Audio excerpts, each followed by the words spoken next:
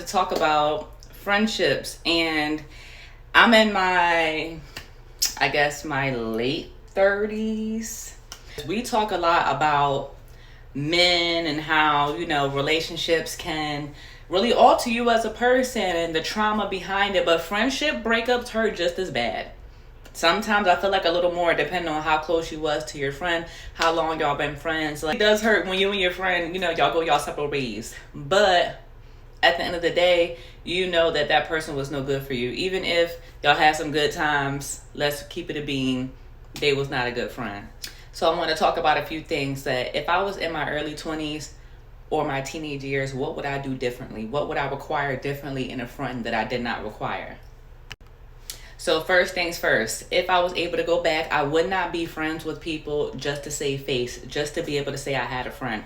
There's been times where I actually literally will gravitate to somebody or somebody will gravitate towards me, and we just became friends just because we didn't want to be left out and being, in the classroom, not having nobody else to be friends with. And that right there, it can be a good or a bad thing, but there's no common interest. You guys genuinely do not have a solid foundation. So with that, anything that does not have a solid foundation will fall apart. So I would be comfortable with being alone. My problem was I was not comfortable with being alone, so I just accepted anybody as my friend. And I realized over time that's not a true friendship.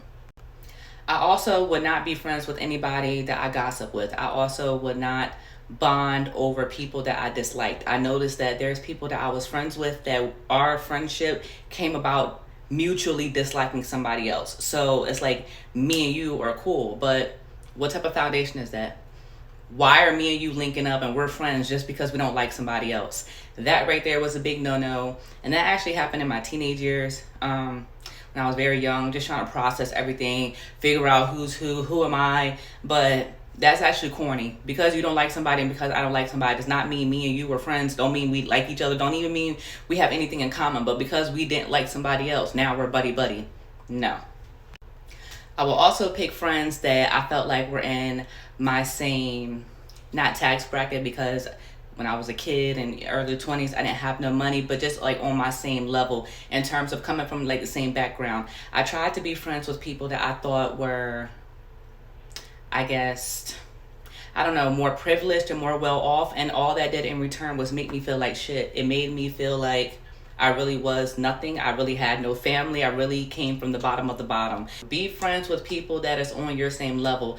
I went out my way trying to be friends with somebody who was in a better position, or I perceived them to be in a better position because they lived in a certain neighborhood. They wore certain clothes. You know what I mean? So I thought like, oh, this is a good person. No. Another thing that I should have been looking at was people who reciprocate my energy.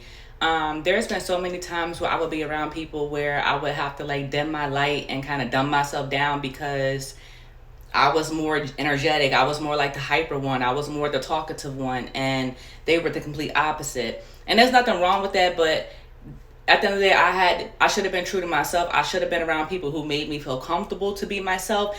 But in return, I was around people who kind of like, looked at certain things and categorized it as weird, or you shouldn't be doing this. So I would dim myself. I would alter how I acted around certain people so that I didn't get talked about.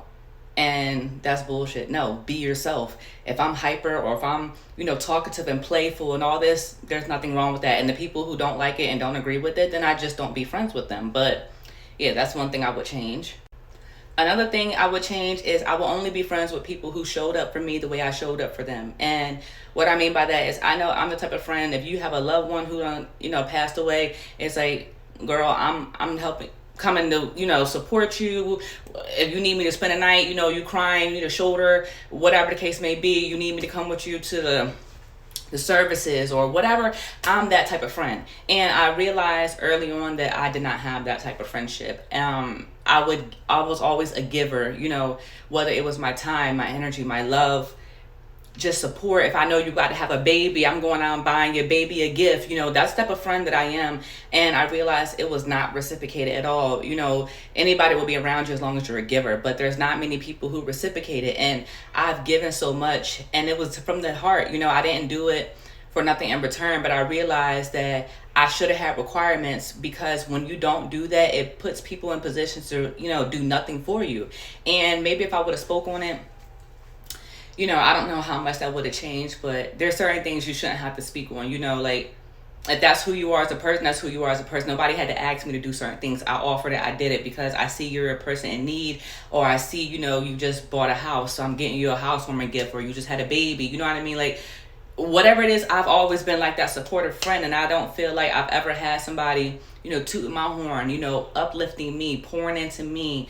It's always been the other way around. So now I'm very comfortable with not having friends, because nobody's gonna be a friend to me the way I'm a friend to them. And at this point in my life, I don't accept less than what I deserve. So if I have to never have a friend again, it is what it is. I will also have a friend, or at least try to have a friend. This is the hard part, the trying, because it could be so tricky. But I will try to have a friend that did not look at me as competition. There are so many friends that I had that we would be friends in the beginning, right? And then it's like they like my vibe, I like their vibe, we rocking. And then over time, they start to realize, like, wait a minute, okay, well, I'm in this position in life, you're in this position. And the thing is, this was happening even when I had barely nothing.